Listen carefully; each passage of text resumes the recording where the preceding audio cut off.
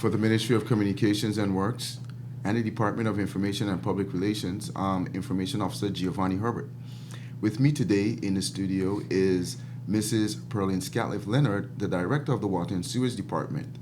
And she'll be speaking today on the process of meter reading throughout the territory through the new billing system. Also, with me in the studio is Mr. Dwayne Freight, and he is the Acting Chief of Infrastructural Planning, Research, and Development in the Ministry of Communications and Works. Today, we'll start with Ms. Leonard as we speak on meter reading through the territory and the new billing system, how they interchange, how they work together. Ms. Scatliff, it's good having you again. Thank you, Mr. Herbert. It's always a pleasure. So, Ms. Leonard, in our last interview, we spoke on the launching of the new billing system. You spoke so highly of the joint effort between your department and Do It in ensuring that there was a seamless process. Yes. And you also highlighted to us that, or walked us through reading your bill. Yes. Right? And you said that, at the time when we had that interview, you didn't have enough to really, because it was new. I think it was earlier in February, the end of February, beginning of March. And so we needed a little bit more time to be able to see some consistencies Right. and, to see how best that system is working in terms of the ease in translating each bill Right. to our customers. But since then, the meters are in, and, tell us how that has been going so far in terms of the meters and even reading those meters for customers. Well, off the bat, I'm going to say it's still relatively a new system. Right. So you can expect that we'll have a few bumps along the way until we get it perfect. So we are not quite perfect as yet, but we are getting there. So you're not letting perfect be the enemy of the good. No. We see the light somewhere at the end. So we are pushing towards that light. Okay. Yes? Okay. Since our last interview or last meet, we've metered out areas like our Anegada. We have done Anegada fully. Okay. We've metered out just Van Dyke fully. Oh. We still have a lot of work to do on Virgin Garden. Of course, we have some work to do here on Tortola. We expect that before the year is ended, once we receive sufficient meters, we should have the entire territory metered out. Oh, wow. So we are looking forward to that.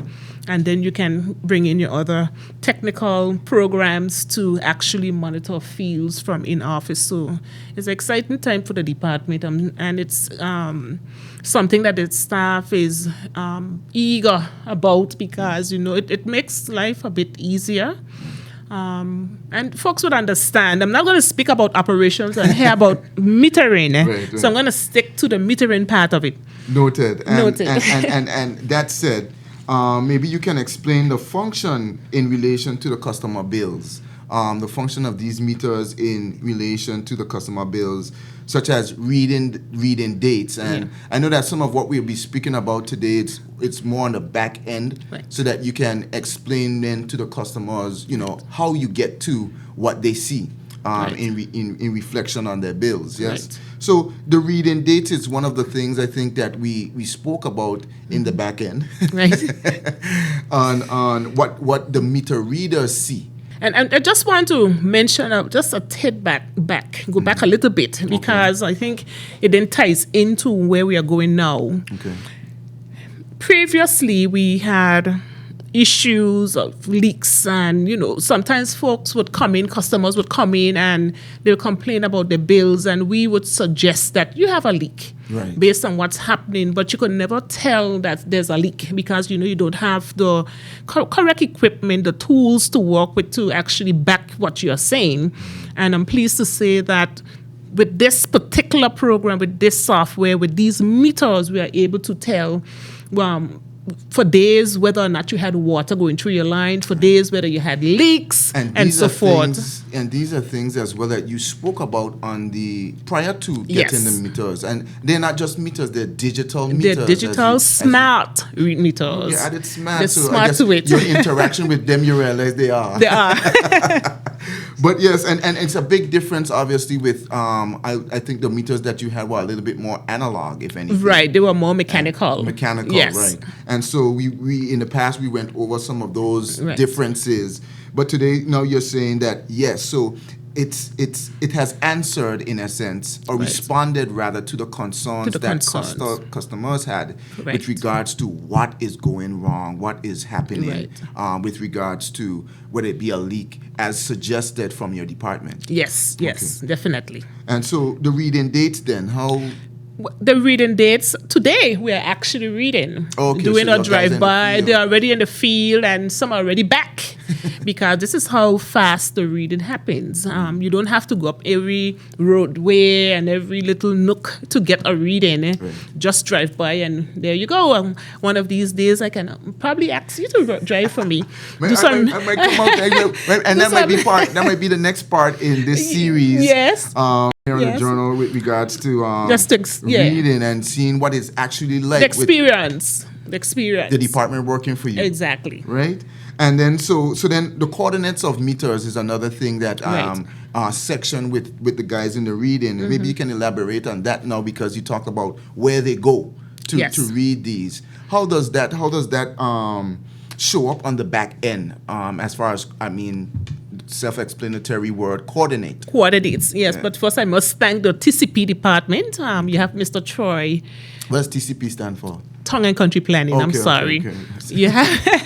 You have Mr. Troy Dawson and that in and Coy Harrigan. They work with us very well. They're still working with us, So because that's we're still they're doing a plotting. So as we coordinate, the good gentlemen are actually doing the compiling the information for us, and once we get that, then we'll send that information to the company, and they will actually input those for us. Of course, we can put them in manually, but there are so many. It's best to put them in, just drop them into the system one time. So the company Camstrap is actually working with us with that. So is this gonna lead to maybe zoning by any chance, or this is That's just the idea. Okay, That's the idea, because with the zoning, you'll be able to manage your water system a little bit better. You'll be able to manage your demand better.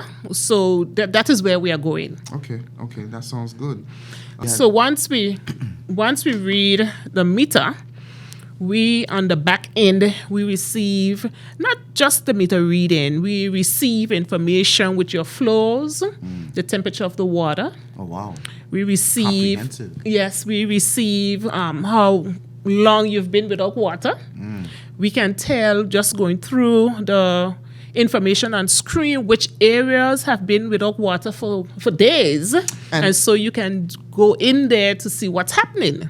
And now we're getting into a section on that back end, but I just want to give our listeners a disclaimer that what we're discussing and what you'll be able to see is what the team at the department sees in the back end. This isn't what necessarily shows on your bill, but it would be explained on the bill, and you get a little preview. So you're getting a sneak peek behind the scenes of what and how the information is gathered. Yes. So this section then is the operation view, rather, or the info code. Yes. And you mentioned a few things there in terms of how often you've been using your water, if you've been even getting water, if there's a leak. And let's go with the leak. With the leak. Yes. All right. So here we have leaks, and you will notice we have quite a few of them here on this particular screen.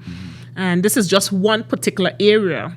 So we know you're seeing leaks in the area, and it could mean a lot of things. It could mean that the pressure in the area is very high. It could mean a couple things. And this is where the base farm program comes in.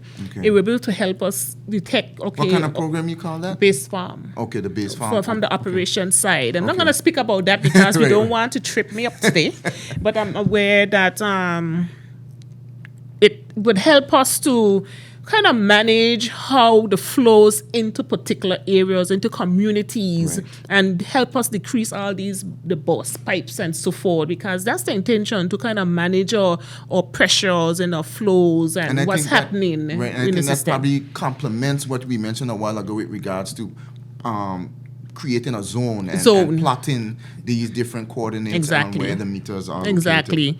So, All right. so I'm just going to mention maybe one or two here. Okay. So we are going to just look at the very first one is at the top. So you see here this particular account has been leaking for more than 21 days. Oh, wow. And that is 21 days out of the 30-day period. And this is cycle. and cycle. So this is the month of April. Okay. And with that, what we do with this information, we actually would call the customer. And to the extreme left, folks, we would have your name, your address, your phone number. We have everything there at the hand of a touch. So the customer reps will be able to call you right away. Okay. And we've actually called a few customers so far, those who would answer the phone or what have you, and we're trying.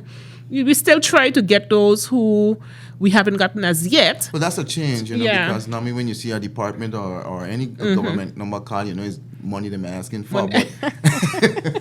But then to hear that, we are trying to inform you Yes. on and advise you that there may be something that can help you to save money. Save money. That's a huge difference. So I applaud those efforts then Exactly. in that regard. Right. So it tells us how many days you have been leaking. Oh, wow. In some instances, we have here 1 to 8 hours, and this could mean many things.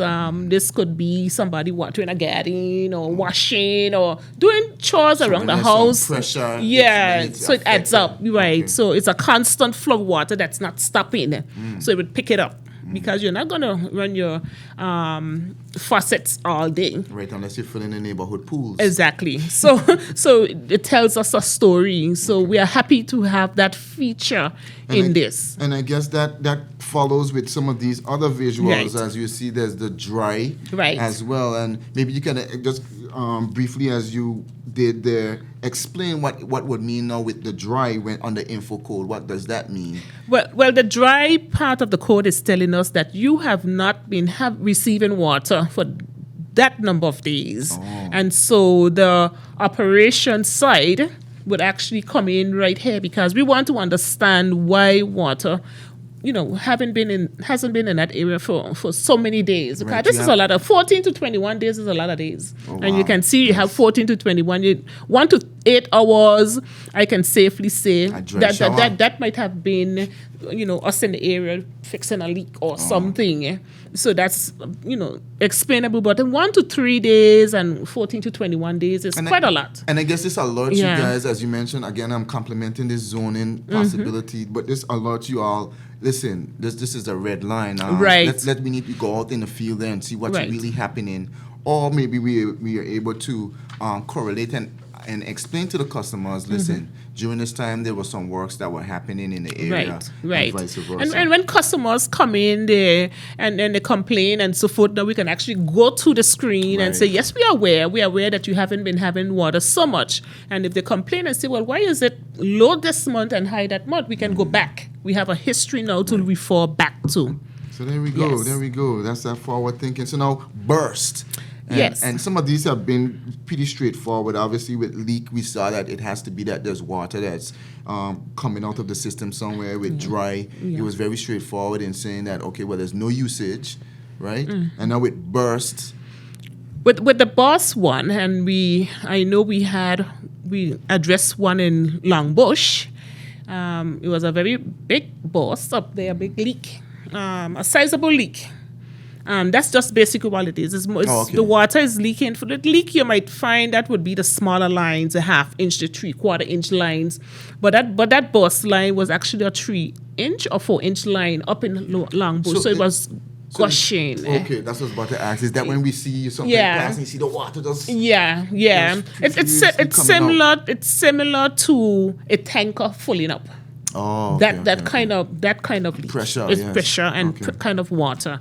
So we address those immediately. Okay. We are still to address the hotspot one, but we have addressed the rest of them, and we actually found the this is a reference leaks. to the screen there that we're looking at. Okay. And we actually found what was happening in those areas because we wanted to find those bursts quick because that's a lot of water, wasting a lot of water, probably not being paid for.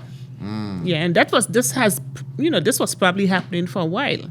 But now with the system, you can see. Okay, so tell me then, so is that the difference between leak and burst other than the pressure that a burst? The quantity of water. But not only that, what I was saying is the burst, is that because you said that the customer is not paying for. So it would burst usually be the line before it gets to the property? Or A is burst the leak? after the meter. So it's actually on the property. Oh. It's actually on the property. And this might be, some lines are buried under the ground. Okay. Some lines may be running up through a garden and you're not noticing. So things like that happen. Okay. Yeah. And then the last one we see under this operation view and info code is the reverse. Right. The reverse. And I mean, this is I guess, a hot topic of sorts, but I'll let you tell it. Yeah. Well, with the reverse code, what is happening here is that customers are actually taking the meter off and turning it around. What? And Like turning it so the reading part of the dial is facing like a wall me, or something? right? Oh. If it's supposed to be facing you, the reading part, it's now facing me. Oh. So it's backward. Does this affect the guys with reading the Yes, meter? it would affect not the reading in this current meter. With the previous meter, what was happening is that we won't get a reading because there's no way to tell. But with this particular meter, it's a smart device. So any water passing through it, we can read. So it don't matter how It doesn't matter. So we actually have the devices that we put on there to read the meter in itself to tell us how much water passed through this particular meter within the time frame from its installation to today. But no, I'm going to get into maybe a technical part here now, because can they legally just touch those meters? I mean, they should not be touching the meters. It's actually government's property. It's something, if the meter needs to be moved for some reason, a request must be made. If you don't want the meter anymore, a request must be made. Now that you said that, there's a video here that you brought forward for us to view. And, I thought it was a good example based on where we are right now on this particular topic on the reverse or action, in a sense, you could say, of the customer and the reading of reverse on the back end for your team. Right. And maybe this video is pretty short, but I think in the video here we see that, these meters were, I guess, on that line where the pipe is, and now they're just up here in the grass. Up there in the grass. A bit damaged. A lot damaged, actually. Oh, wow. And, those are things we have to address and deal with. And we do have guiding laws and policies to help us with that. And it is something now that we are actually going to be putting in place, making sure that we enforce them. Now that it's there. I mean, if I were to read one, I think from my email that you sent me with regards to the legality of such an action, Cap 153.14, even Section 2, it says, every person who shall carelessly or accidentally remove, destroy, damage, throw down, or dig up any part of any installation constructed or placed under the provisions of this ordinance shall pay such sum by way of satisfaction as a magistrate shall think reasonable. And this is just part 2 of 4 parts of a section. A section of the Water Supply Act. Right. And we'll probably you'll probably see this, as I was reading it. But I mean, so sometimes I don't think persons are aware. They're not. Sometimes just talk that, but they can just do. Right. And the thing about it, because it's a meter entrusted to you, the customer. You pay rent for this. It's like an apartment building. You are responsible for taking care of that infrastructure. Right. Okay. Similarly, the meter. Right. So we expect that whatever needs to be done to ensure that that's safeguarded, that you would do. If something happens that you're not aware, report it. And then let's see how we discuss that and what really happened there. Right. But don't just leave it. Protect yourself as well. Protect yourself as well. So, and we also have, in addition to that, we have the criminal code through the I spoke with the AG office, and just to make sure that we have the legality part of that explained properly, and they pointed me out to 265 of the criminal code, and that speaks to damages and destroying property and so forth. So we have a double The law backing supporting the law. on you both know. ends, the department end and generally Right. as well. And you want to best practices, you Yes. know, and you want to do things right, especially in these times, Right. not every time. So that's us. We got to see a little bit there on what happens on the back end Yes. with regards to your team and your guys. Maybe next time we'll be on the road and bring that. Let everyone see how that process goes, how Yes. seamless it really is with the reading of those meters that are almost at what you say we are about 70% territory wide in placement, 65. A little bit over 50%. A little bit over 50. Yes. Okay.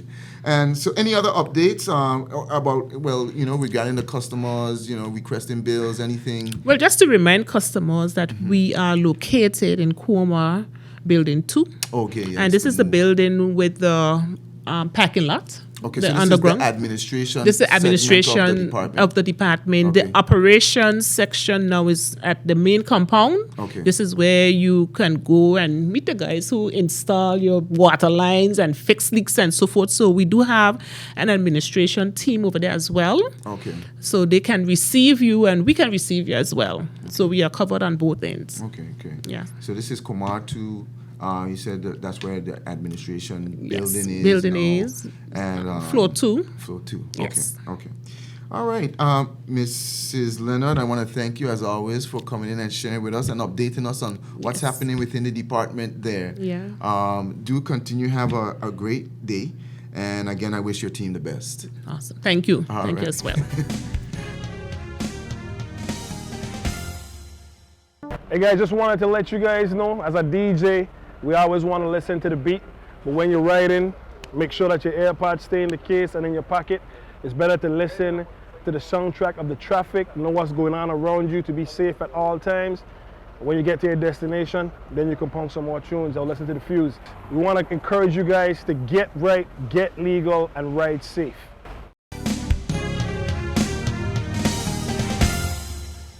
Welcome back to the Ministry of Communications and Works program, where we speak about the initiatives and actions taking place within the ministry and its supporting departments. As we continue, we now have with us the Acting Chief of Infrastructural Planning, Research and Development in the Ministry of Communications and Works, Mr. Dwayne Freight. Mr. Freight. Thank you for having me. It's good to have you, sir. And today we'll be continuing. We just recently had the Director for Water and Sewage with us. And you're continuing speaking to us now on the Rotong Sewage Improvement Project. I know that there's currently billboards up about this project that's to take place, and you recently, probably about two months ago, you guys had a community meeting at the high school, Elmer Star High School, dialoguing with the community about this work that is to take place. Maybe you could just briefly go over the scope of works for this project. Okay, so the scope of works for this project is basically to lay approximately 1,100 linear feet of gravity lines and install manholes. So the scope actually starts from the foot of Joe's Hill. At that junction there, come down to Main Street. We make the turn at that junction onto Fleming Street, and then we go to the junction of Fleming Street and Fishlock Road. Right. So that's the general scope, and hopefully we'll be able to execute it successfully. And I do recall at the community meeting that you guys mentioned, I think you had a team of guys from the project section of the ministry, and you talked about the reinstatement of the sewage connections to existing customers, and even more so, to increase the capacity support, right? The capacity support for development within the Rotong area. As we know that there are, persons are constantly building, and there was a big building project that just about completed. But even so, the high school is also, there's works going on there. So I'm sure this is to kind of complement, in essence, Yeah. and support as we see there, as you guys mentioned. Yeah. And we want to increase our carrying capacity because these systems have been in place for quite a while, and our development has grown exponentially in comparison to 20, 30 years ago. We have a lot of buildings, commercial buildings, residents on the system.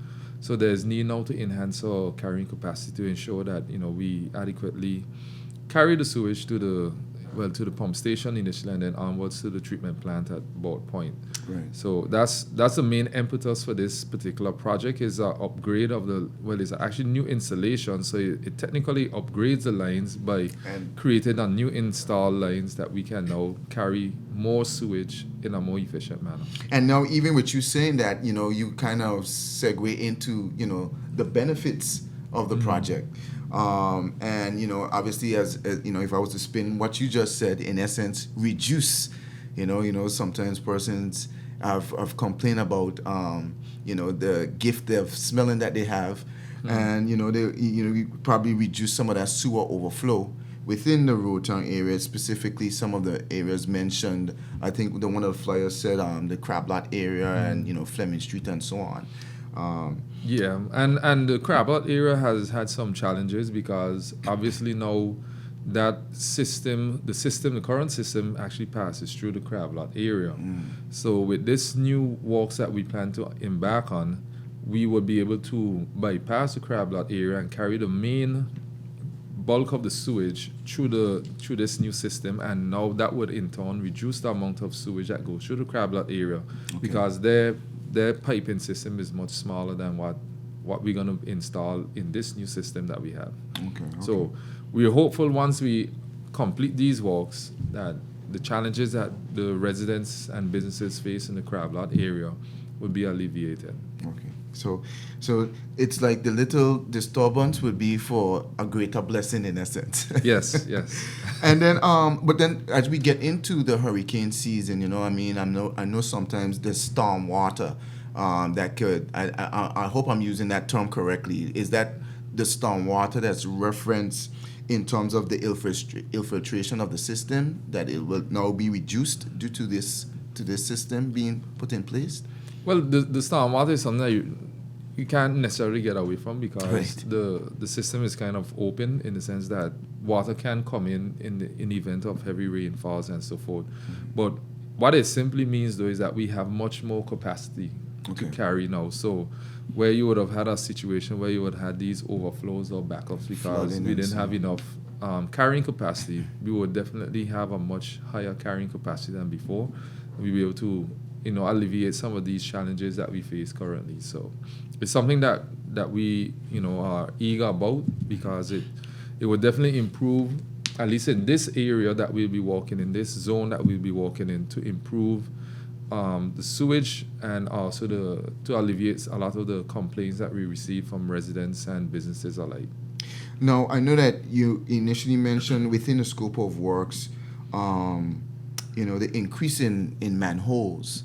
But does this also mean an increase in drainage, the drainage system? How does that, as we speak on, or is that something different completely? That's something different, because the drainage is actually linked to the road network in terms of taking away whatever rainfall or any water flows that come down from the adjacent guts and so forth. Yes. So it's just primarily dealing with the sewage itself. Okay. The project is supposed to last about 20 days, and we're very hopeful. We're very mindful as well of the upcoming festival activities, so we definitely want to be able to complete this project before festival begins in earnest, with all the visitors coming through and so forth. And can you tell us anything about the operation times and the locations? I know you mentioned the scope from the base of Joe's Hill, and I think you mentioned up to Fleming Street by the roundabout.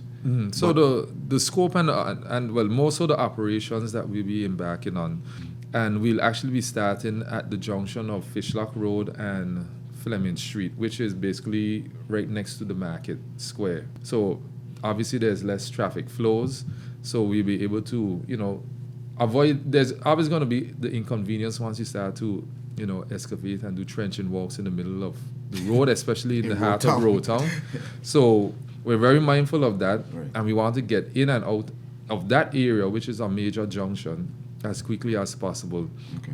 For the Fleming Street area, we're going to be starting from the junction of Fishlock Road and Fleming Street, and we'll be moving down to Main Street. So we'll be going from that junction, heading to the junction of Main Street and Fleming Street. So we'll be doing those walks in the night because obviously persons can understand that's a heavily trafficked area. When you come off of Shoreway Drive, a lot of traffic comes through there. You in the area of Virgin Queen, right way, all the different stores. So a lot of pedestrians, a lot of vehicles trafficking, traversing through that area. So those walks will be undertaken mainly at night. We would start initially in the day because Sunday and Monday would not be as detrimental with heavy traffic. But the rest of the time period, which we hope to last of that segment about 10 days, will be done in the night. Okay. Then after that, we will then transition up from the junction of Fleming Street and Main Street up to the foot of Joe's Hill, which would be the culmination of the project. Those walks we will do in the day. We understand the challenges of Main Street. There are a lot of businesses and residents in that area, but Main Street is very narrow. Right. So it creates a different complexity that Fleming Street does not have. So also Main Street has a lot of utility lines running through it with flow. You have BVIEC, you have even water and sewage with their water lines. And there's a lot of challenges. So we're doing those walks in the day so that we can have the other utilities on standby or walking along with us basically to ensure that we have the continuity of services of the different utilities. Okay. So that's the general, in a nutshell, the operations that we'll be undertaking. And I know that in initially when you spoke about the scope of works, you kind of spoke of the project goals slightly in the installation of 1,100 feet of sewer lines to cover the scope. And I guess if you were to break that down, it's what, 450? 450 in the Main Street segment, about 650 in the Fleming Street segment. And the thing about Fleming Street too, not to backtrack, but Fleming Street is also a two-way, it's dual flow. So like I think that is very, very wise in to start there in terms of giving you a little buffer with regards to accommodating the works. To what you're alluding to, when we start on Fleming Street, the roads will still be open to some extent. Persons can see if you pass by in those areas, we have already marked out where the trench lines will be. So you would see that we're basically coming down the center of the road. And like I said, because of Fleming Street and the wideness of it, we can still at least allow for at least a one way or one lane of traffic. Main Street, when we go to Main Street, we will have to totally close that road. That's just one road. That's just one way. So obviously, the saving grace that we have is that with Main Street, you can always be detoured and go around to the Sunday Morning Well area and come down Fishlock Road, and so we don't anticipate as much challenges with that closure of the road as we. So I'm sure that there will be detour signs, and I guess we have, because we already have an advisory for the July 3rd road closure, or just the action of the start of works for the public. But I'm sure that there will be signs, so the signs will be out if there are detours, recommended routes, and so on. That will be go out. One of the flyers here shows that they speak about the times and periods for those closures, as you were mentioning, between the AM and the PM scope of works. Just a point of information. Residents and businesses, as you alluded to, can expect a disruption of services being provided, as well as temporary restrictions placed on the access of their premises during the course of works, particularly, as you mentioned, on Main Street. Is there any other save rounds that you would like to put in here, like any in terms of point of contacts in regards to the scope of works? As a result, maybe persons may, as a result of work, there may be some water issue, maybe, God forbid, but, you mentioned your utility persons, in working with you all as far as it being highly traversed in terms of the infrastructures around there and surrounding there, and ministry information. Okay, so the project manager on this project will be Mr. Bernard Grant. Okay. He's with the ministry, so he'll be leading out literally on the ground in terms of once the work start. We also have Mr. Dylan Robin as well. He's our project coordinator in the ministry, and he was very instrumental in getting all the designs and everything done for this particular project. Obviously, I'm here as well, but we would also have the ministry contact information. Also, we are also assisted by the Water and Sewage Department. We have Mr. Van Alfonso. He's head of the Sewage Division. Okay. And they also play a very critical role because as we come down with the main line walk, so the gravity lines, we also have to do inner connections to households as well. So it's not just that we'll be doing a straight line, even though that's the main scope. But as we come down, in particular in the Main Street area, the adjacent homes that have existing sewer lines, that we would also be doing connections. So the Water and Sewage Department would also be working hand in hand with us in terms of making sure those connections, which are live, would be connected into the system as we move along. So those would be, I guess, the three main portions that I just listed out. Obviously, persons will be able to have access to the Ministry of Communications and Works, their direct line, and also the Water and Sewage in terms of their direct line as well. Right, and then those hotline numbers to the public, which are on the screen, the Water and Sewage emergency contact numbers are 499-0500 and 499-2924. Also, with any inquiry about the works, as Mr. Freight has, introduced us to and advised, there's a ministry inquiry line at 468-9307.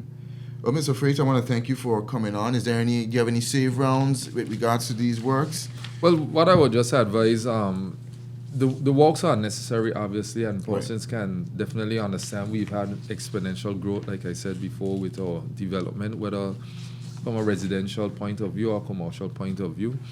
And obviously, it's something that we need to do to ensure that we continue to develop our infrastructure, or in particular our sewage infrastructure. It's just that persons need to be advised, whether you're a motorist or even a pedestrian. We try to make sure that, there are ample signage, there's enough advisories going out to say where we'll be walking at a particular time. And persons just need to, adhere to the different signage, have walkers on site that will give guidance.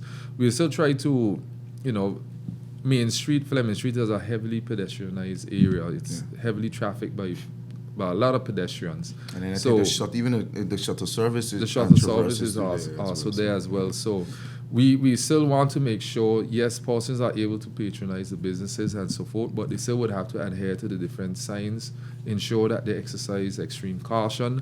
And, we will do our part to ensure that, like I said, we went through this process. We had discussions with various stakeholders, even the police as well, in terms of, setting out what will make sense. And obviously, even though you go through all of these processes, you still have, challenges along the way. So we just want persons to exercise extreme caution and be mindful. And we're hopeful that within the next 3 weeks or so, we will be finished with this project and persons can get back to their normal routines. All right, man. Thank you so much. Again, we're speaking about the Rotong Sewage Improvement Project.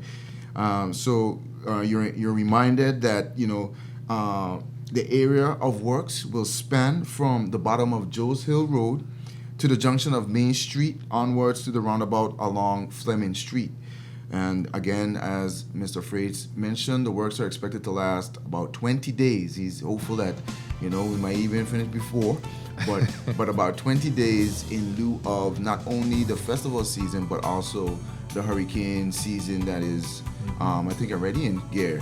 So, motorists, pedestrians, you are advised really to exercise extreme caution, to follow all the signage while traversing the area. And of course, any inconvenience caused is regretted. Again, thank you, Mr. Freights, for coming on the journal. Again, this is a Ministry of Communications and Works program advising the public of initiatives within the ministry and its support departments. I'm Information Officer Giovanni Herbert, and thank you for having joined us today.